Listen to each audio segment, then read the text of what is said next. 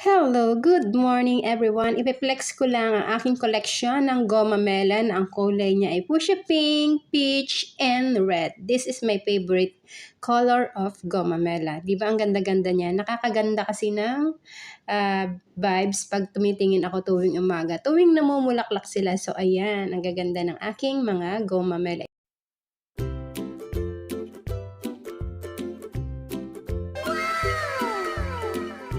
Maybe next time I will look for a white color. So I think maganda din siya. For me, gusto ko lang nasa base ang mga gomamela ko at binobonsai ko siya at kinakat ko yung mga sanga para hindi masyado siyang tumaas. At namumulaklak siya naman ng maganda at ayan, nakikita nyo naman, so beautiful talaga.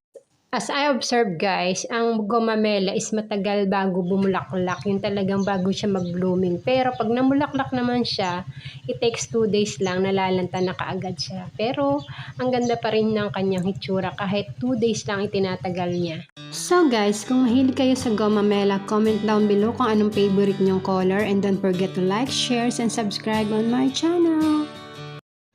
The follicles of this plant is so beautiful. Thanks for watching!